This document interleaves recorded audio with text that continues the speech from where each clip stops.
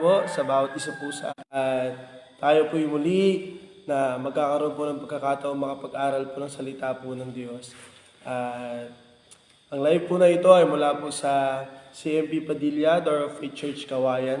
At patuloy po tayong mag-aral po ng salita po ng Diyos, pero bago po yan, tayo po muna ay manalangin po sa Panginoon. Hallelujah. Salamat po Diyos, pinupuri po namin kayo, niluluwalhati, sinasamba, dinadakila aming Ama. Hallelujah. Hallelujah. Salamat po sa patuloy po ninyong pagtatapat sa buhay po ng bawat isa po sa aming Panginoon. Hallelujah. Salamat po sa panibagong umaga, aming Ama, na ipinagkaloob po ninyo sa amin, sa panibagong buhay, O Diyos. Hallelujah. Salamat po na patuloy po ninyo pinaparanas po sa amin ang inyong pong dakilang pag-ibig at inyong pong pagmamahal, Panginoon. Hallelujah. Salamat po, Diyos. Hallelujah. Sa bawat araw, patuloy po ninyo pinapakita ang katapatan po ninyo sa buhay po ng bawat isa po sa amin, Panginoon. Hallelujah. Hallelujah. Salamat po, aming Ama. Patuloy po kayong maparangalan, maluwalhati, aming Diyos, sa aming pong mga buhay, Panginoon. Hallelujah. Hallelujah. Muli sa umaga po ito, kayo po'y lumalapit po sa inyo, nagpapakababa, Panginoon. Hallelujah. Nagpapasiyasat po kami mula po sa aming mga puso, mula po sa aming pong mga isipan, Panginoon. Hallelujah. At kung may nasumpungan man po kayong hindi karapat-dapat sa inyo pong harapan, patawarin po ninyo kami, Panginoon. At humihingi po kami ng paglilinis ng inyo pong banal na dugo, aming Diyos. Hallelujah. Upang nang sa ganon, marapat po kaming lumapit po sa inyo sa umaga po ito, aming Ama. Hallelujah. Bigyan po ninyo kami ng bagbag na damdamin, ng dalisay na puso, Panginoon, ng malinis na isipan naming Diyos. Na sa aming pong paglapit po sa inyo, wala kaming ibang hinahangad at pinanasa, Panginoon, kundi ang patuloy po kayong maranasan at patuloy matanggap ang kapahayagan at katotohanan nagmumula sa inyong pong mga salita, Panginoon. Hallelujah. Sapagkat naniniwala at nananampalataya po kami na sa pamamagitan ng inyong pong mga salita, Panginoon, doon kami maging matibay, Panginoon, sa aming pong pananampalataya at lalo po namin mapapaigting ang aming pong pag-asa at relasyon po sa inyo, Panginoon. Hallelujah. Hallelujah. Kung meron man po kaming nasa, Panginoon, sa aming pong mga buhay, ay ang patuloy pong makaniig po kayo, makatagpo po kayo, at dumating po yung araw, Panginoon, na makita po namin kayo ng mukhaan, Panginoon. Hallelujah. Hallelujah. Kaya naman, patuloy o Diyos, na bigyan po ninyo kami ng kauungan sa inyo pong mga salita. Kagutuman sa inyo pong mga salita, Panginoon, na malaman po ito, mabulay po ito, Panginoon, maisabuhay po ito, at makasunod po kami sa inyo pong dakilang kalooban, Panginoon. Hallelujah. Salamat po sa pribilehiyong makapag-aral niyo pong mga salita. Hallelujah. Salamat po, Panginoon. Hallelujah. Banal na Espiritu, patuloy po namin ina-acknowledge sa inyo pong presensya sa aming pong kalagitnaan. Hallelujah. Hallelujah. Marami pong salamat, O Diyos. Hallelujah. Hallelujah. Hallelujah.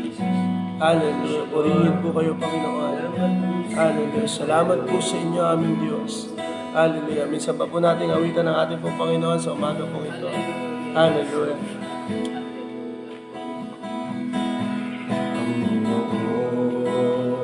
Jesus, lagi ka pinananabikan ng puso kong ito. Ang masilayan ka, labis na kaligayahan, katuparan ng dalangin, bawat sa umpisa. Hallelujah. Panginoong Jesus, lagi ka pinananabikan ng puso kong ito. Ang masilayan ka, labis na kaligayahan, katuparan ng dalangin, bawat araw.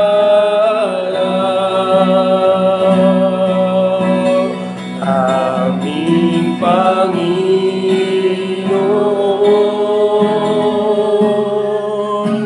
Ikaw ang kalakasan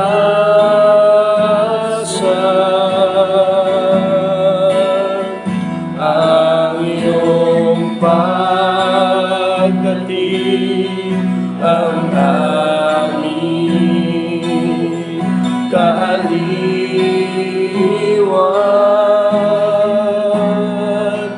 pagkat ika'y makikita ng mukhaan.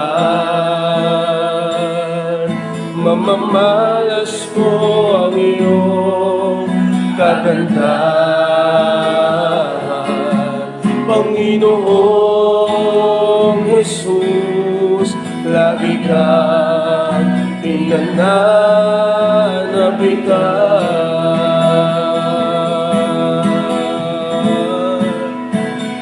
Aming Panginoon,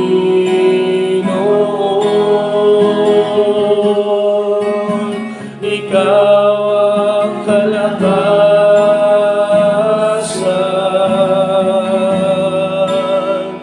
ang iyong pagdating ang aming kaliwan,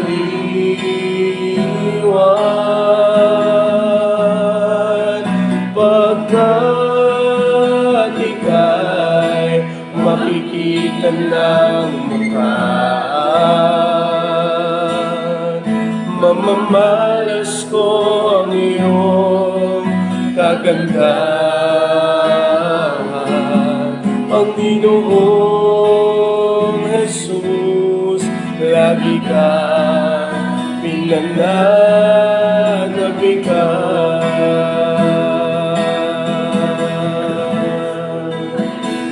Aming Panginoon,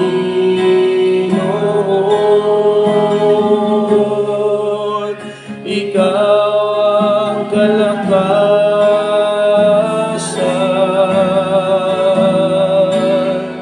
ang iyong pagdating ang aming kaaliwan,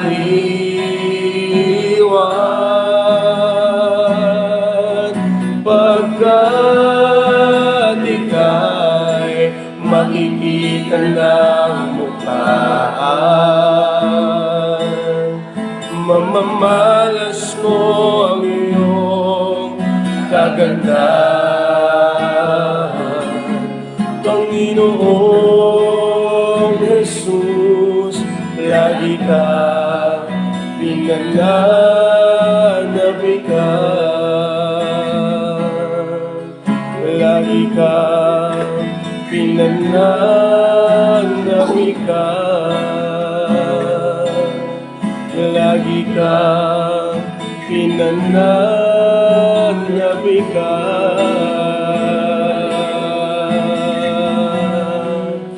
Hallelujah.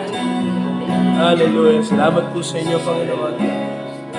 Hallelujah. Magamat may mga pagtitiis, hallelujah, ang aming pong kaaliwa ay iyong pong pagbabalik, Panginoon. Hallelujah. Hallelujah. Kaya patuloy po kami, Panginoon. Hallelujah. Na mananampalataya, susunod po sa inyo. Hallelujah.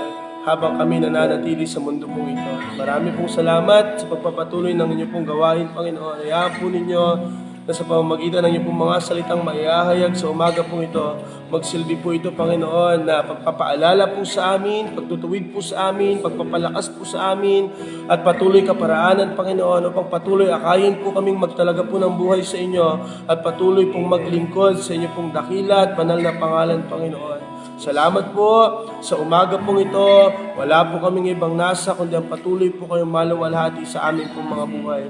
Purihin po kayo, Panginoon, pagsalusaluhan po namin ng may kagalakan, ang inyong pong mga salita na may ahahain sa aming pong harapan, Panginoon, sa umaga pong ito. Salamat po, Diyos. Pinupuri po namin kayo, niluluwalhati at sinasamba sa pangalan ni Jesus.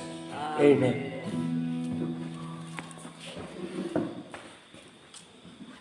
Purihin po ang Panginoon sa pong mapagpalang araw. Sa pangalan po ng Panginoong Kristo, biyaya at kapayapaan ay sumagana sa ating lahat sa pamagitan po ng ating Panginoong Kristo. Purihin po ang Panginoon. Tayo po ay dadako na po sa pag-aaral po ng salita ng Diyos. Buksan po natin sa Book of John. Ito po sa Book of John chapter 5. verse 1 hanggang sa sumusunod po ng mga talata. John chapter 5 verse 1 hanggang sa sumusunod po ng mga talata. Sabi po dito, ang title po nito ay Pagpapagaling sa Bethsaida, o sa iba pong sulat ay Bethsaida. So binabanggit po dito, verse 1, pagkaraan nito ay pumunta si Jesus sa Jerusalem upang dumalo sa isang pista ng mga Hudyo. Sa lungsod na ito ay malapit sa pintuan ng tupa ay may malaking deposito ng tubig na may 5 portiko. Na kung tawagin sa wikang Hebreo ay Bethsata o Bethesda.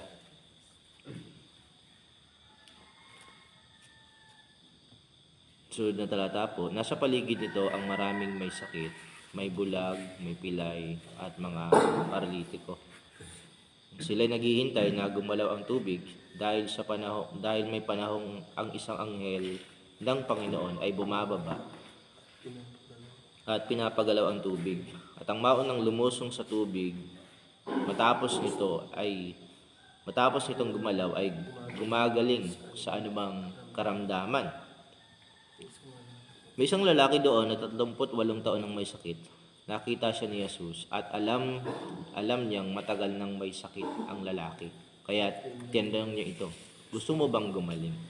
Sumagot ang may sakit, Ginoo, wala pong maglusong sa akin kapag gumalaw na ang tubig. Papunta pa lamang ako, may nauuna na sa akin. Sinabi sa kanya ni Jesus, tumayo ka, buhatin mo ang iyong higaan at lumakad ka. Noon di gumaling ang lalaki, binuhat ang kanyang higaan at lumakad.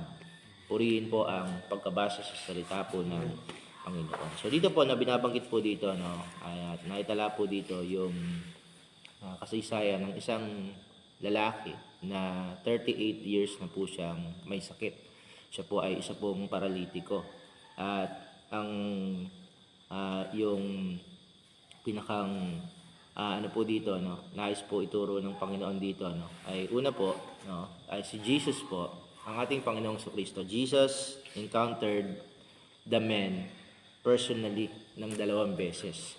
So dito po sa dami nga naman po ng mga may karamdaman po doon. Sabi diyan sa verse 6, nakita siya ni Jesus at alam niyang matagal nang may sakit ang lalaki. Kaya tinanong niya, gusto mo bang gumaling? So ito pong tagpo na ito yung may sakit po nung tinanong po siya ni Jesus, ang sagot po niya ay wala pong maglusong sa akin kapag gumalaw na ang tubig. So ibig sabihin, yung pananampalataya niya para po doon sa kagalingan ay nandun po sa tubig, sa paggalaw ng tubig. Doon po nakasalalay yung kanya pong pananampalataya. Kaya po, ang sabi ng Panginoon Kristo sa kanya, tumayo ka, buhatin mo ang iyong higaan, lumakad ka. At nung hindi gumaling ang lalaki, binuhat ang kanyang higaan. So imagine, yung lalaking ito, 38 years na po siyang may sakit, pero kinatagpo po siya ng Panginoon. So dami nga naman ng may sakit doon, may pilay, may bulag, may mga paralitiko, maraming may sakit. Pero isa po siya sa mga kinatagpo ng Panginoon. So sa buhay natin, ganoon din, kinatagpo din po tayo ng Panginoon. So dami po ng tao sa mundong ito, isa po tayo sa mga natagpuan ng Panginoon. Actually, ang totoo po niyan, hindi naman po talaga natin hinahanap ang Panginoon. Katulad po ng lalaki na ito, ang hanap po niya, hindi si Jesus. Ang hanap po niya ay yung himala o kagalingan sa kanya pong nararamdaman o kalalagayan sa buhay. Sunod po ng mga talata, binabanggit po dito, tuloy ko po, doon po sa verse 10, Ano'y araw ng pamamahinga, kaya't sinabi ng mga pinuno ng mga Hudyo sa lalaking pinagaling, araw ng pamamahinga ngayon, labag sa kautusan, na dalhin mo ang iyong higaan. So, ang ano po kasi, ang araw po ng pamamahinga, ipinagbabawal po sa kautusan po ng mga Hudyo, ipinagbabawal po ang magbuhat ng anuman mula from point to point po. Mula po dun sa isang lugar papunta po dun sa isang lugar kahit malapit lamang po. At ito po ay malaking kasalanan po sa batas po ng mga Hudyo. At napansin po natin dito na itong lalaki na ito may sakit At mapapansin po natin, ano, may mga tao talaga na hindi po sila natutuwa kapag may ginagawa o meron nakikita nila na merong ginagawa ang Panginoon. May mga tao na ganyan po, no, na kung saan instead na mag-praise the Lord sila, inuusig pa nila yung pagkilos o paggawa ng Panginoon. At sumunod po ng mga talata, no, verse 12, sabing gano'n, verse 11, sabi po diyan, ngunit sumagot siya, ang nagpagaling po sa akin, ang nagsabing buhatin ko ang aking higaan at lumakad ako. Tinanong po siya ng mga pinuno ng mga Hudyo, sabi pong gano'n, sino ang nagsabi sa iyo na buhatin mo ang iyong higaan at lumakad ka? Ngunit hindi alam ng lalaki kung sino ang nagpagaling sa kanya sapagkat nawala na si Jesus sa karamihan ng mga tao. So ito po isa sa mga nakakalungkot na tagpo. No? Itong lalaki na ito, gumaling siya sa kanya pong karamdaman. Nakaranas siya ng katugunan sa kanya pong pinakamalaking problema na masasabi. Ano po? Pero hindi po niya kilala kung sino po yung nagpagaling po sa kanya. Nakakalungkot po, no? May mga mananampalataya na nakaranas sila ng himala, binago ng Panginoon yung kanilang buhay, tinugon ng Diyos yung kanilang panalangin, pero wala silang pagkakilala o malalim na pagkakilala sa Panginoong Kristo. Wala silang relasyon o fellowship sa ating Panginoon. No fellowship, wala ding relationship sa Lord. Basta nakaranas lang ng kagalingan sa Panginoon. Tinugon yung panalangin, nakaranas ng himala, pero hindi nakikilala ang nagbigay ng kagalingan.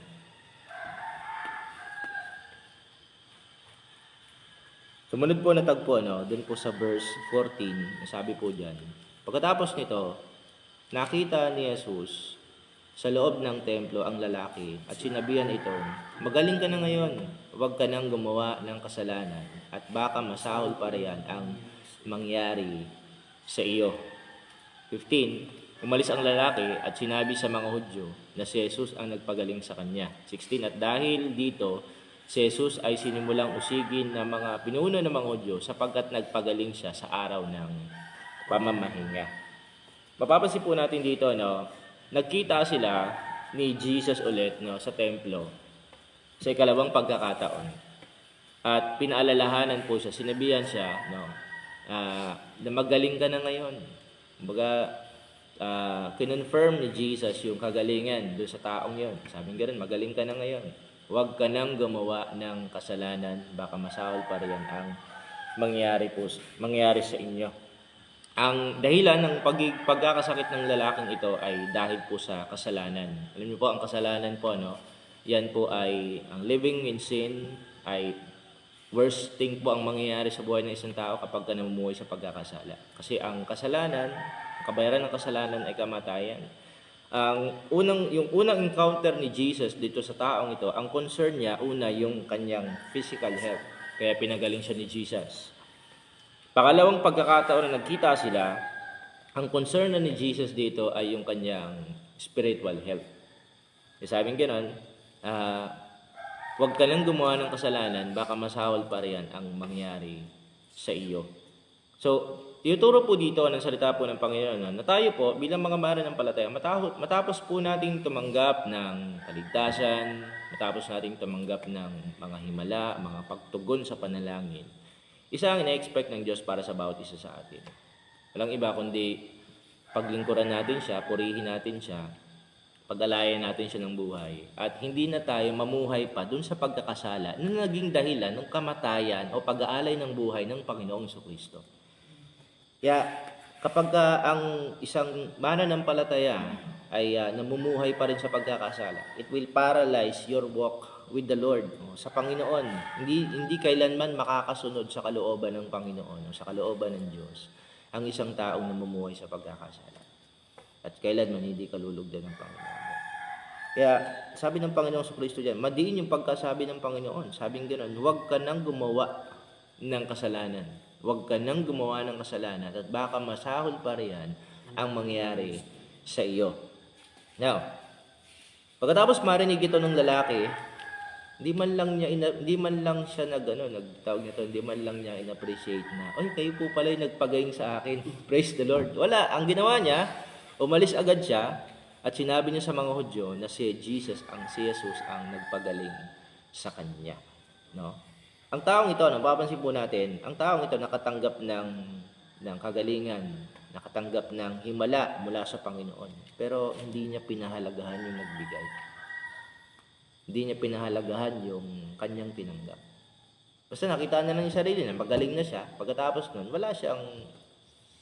hindi siya nagbigay ng papuri sa Panginoon. Hindi niya pinaglingkod ang kanyang buhay. Sa halip, ang ginawa niya, umalis siya at sinabi niya agad sa mga pinuno ng mga Hudyo na si Jesus ang nagpagaling sa kanya.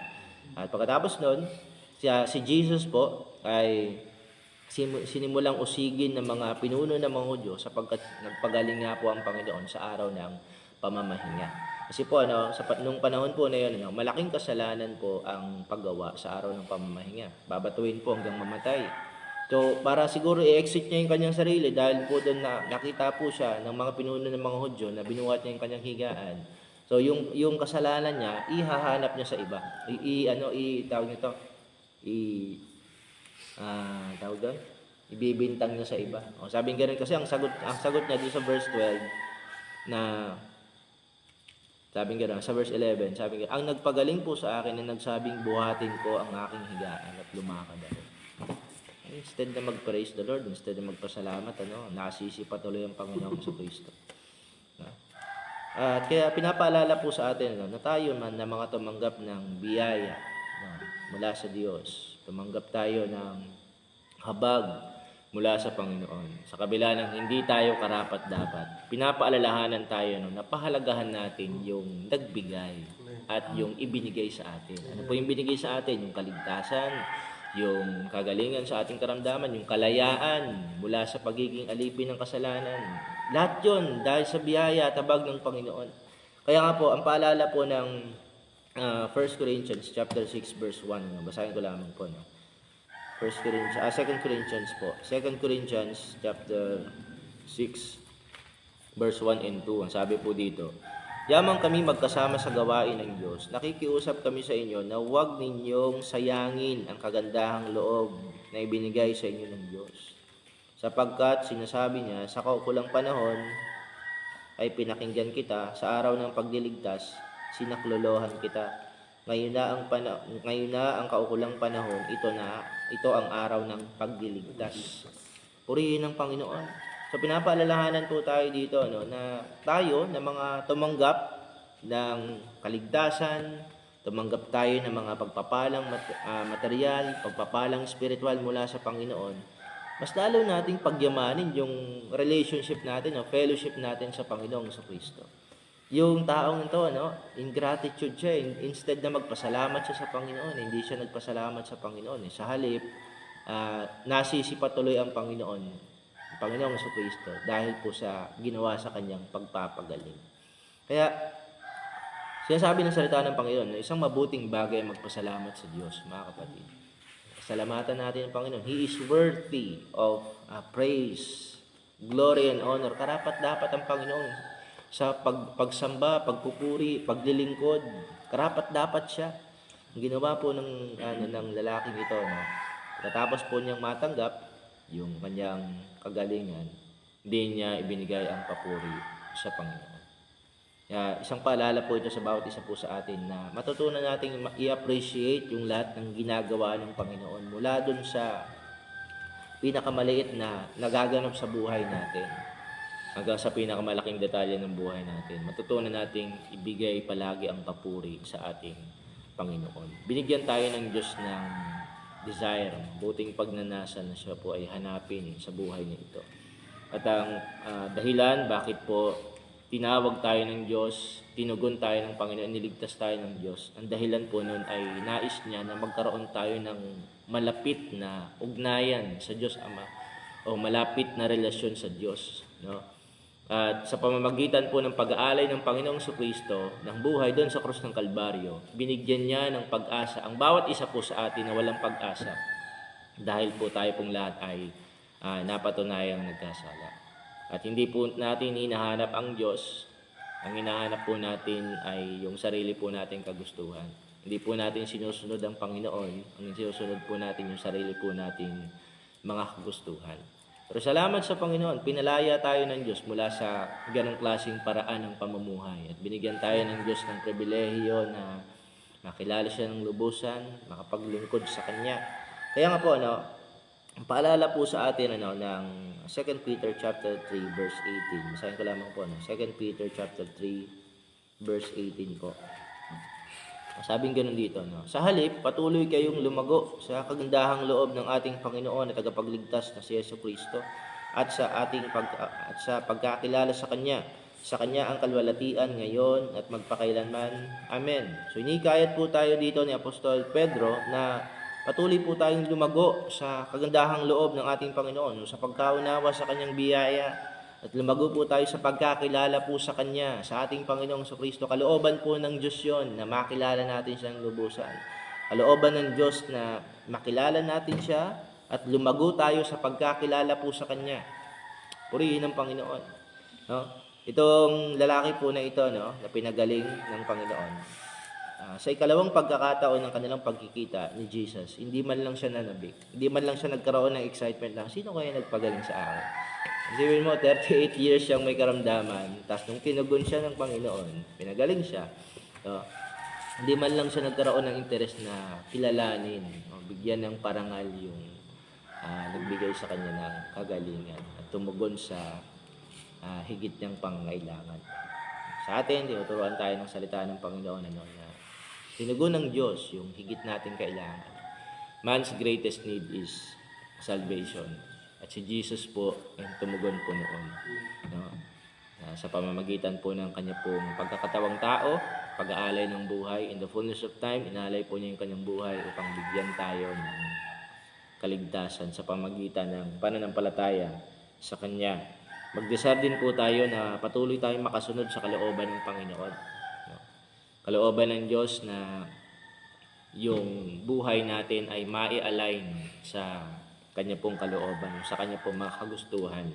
Sa Mateo chapter 5 verse 6 po, sabi po dito, basahin ko lamang po, pinagpala ang may mga matitinding hangarin na sumunod sa kalooban ng Diyos, sapagkat sila'y bibigyan ng kasiyahan ng Diyos. Purihin po ang Panginoon.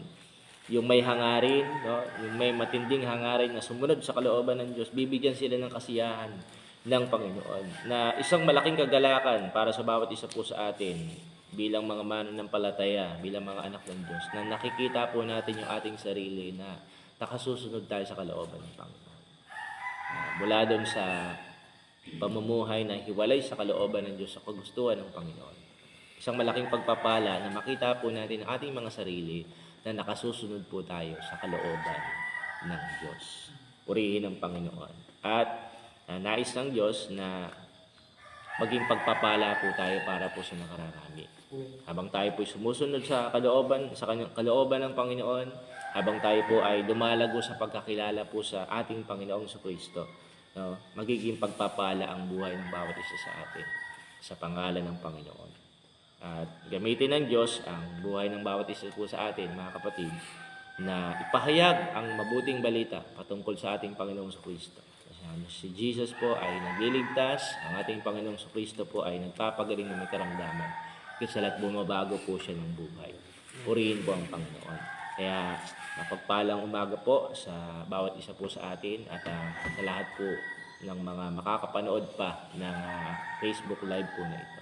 Purihin po ang Panginoon. Tayo po yung manalangin. Aming Diyos, aming Ama na makapangyarihan sa lahat. Papasalamat po kami sa pribilehiyo na pinagkaloob po ninyo sa amin. Binigyan niyo po kami ng kaligtasan. Nagkalooban niyo po kami, Panginoon, ng pagpapalang spiritual. Karoon po kami, Panginoon, ng pakikibahagi sa pamilya po ninyo, sa pamamagitan ng pananampalataya. Tulungan niyo po kami na mas lalo po naming papahalagahan, Panginoon, hallelujah, ang aming pong relasyon sa inyo. Higit sa anumang bagay na maaari po naming makamtan sa mundong ito, walang may tutumbas sa inyo, Panginoon. Maraming salamat po. At dalangin po namin na sa inyo pong napipintong pagparito pag-alab po patuloy ang aming pong mga puso, sa aming pong relasyon sa inyo, sa aming pong pananampalataya sa inyo, O Diyos, sa aming paglilingkod, aming Ama. Salamat po. Pagpalain po ninyo, O Diyos, ang kabuuan po ng Door of Faith Church Organization, wala po sa aming po mga leaders, aming po mga General Superintendent, Panginoon Pastor Joseph Masaredo, kasama Panginoon ng kanyang pong pamilya, maging lahat po Panginoon ng mga district supervisors, lahat po Panginoon ng mga pastor at mga kamanggagawa dito sa Pilipinas, maging sa ibang bansa. Kayo po magpatuloy magpala sa buhay ng bawat isa. Maraming salamat po, dakilang Diyos na makapangyarihan sa lahat. Pagpalain niyo rin po at samahan ang sa mga susunod pa po mga araw, ang mga magtuturo ng iyong mga salita. At patuloy mapagpala ang pangalan po ninyo at ang bawat mga makapakikinig ng iyong mga salita sa pamagitan ng Facebook Live po na ito ay patuloy na mapapalakas, Lord God, hallelujah, sa pamagitan ng inyong pong mga salita. Maraming salamat po, dakilang Diyos, ang pagpapala at pabor po ninyo ay sumaganan lahat sa buhay ng bawat isa po sa amin. Pagkilos ng ipong banal na spirito sa aming pong puso at kaisipan, Panginoon, ay pasaganain po niyo. Maraming salamat po, Diyos sa makapangyarihan sa lahat. Sa inyo po namin binibigay lahat ng papuri, lahat ng pasasalamat ay tanging sa inyo lamang po, sa pangalan po ng Panginoong Jesucristo. Amen and amen. Maraming salamat po, pagpalain po tayong lahat ng ating Panginoon. God bless po.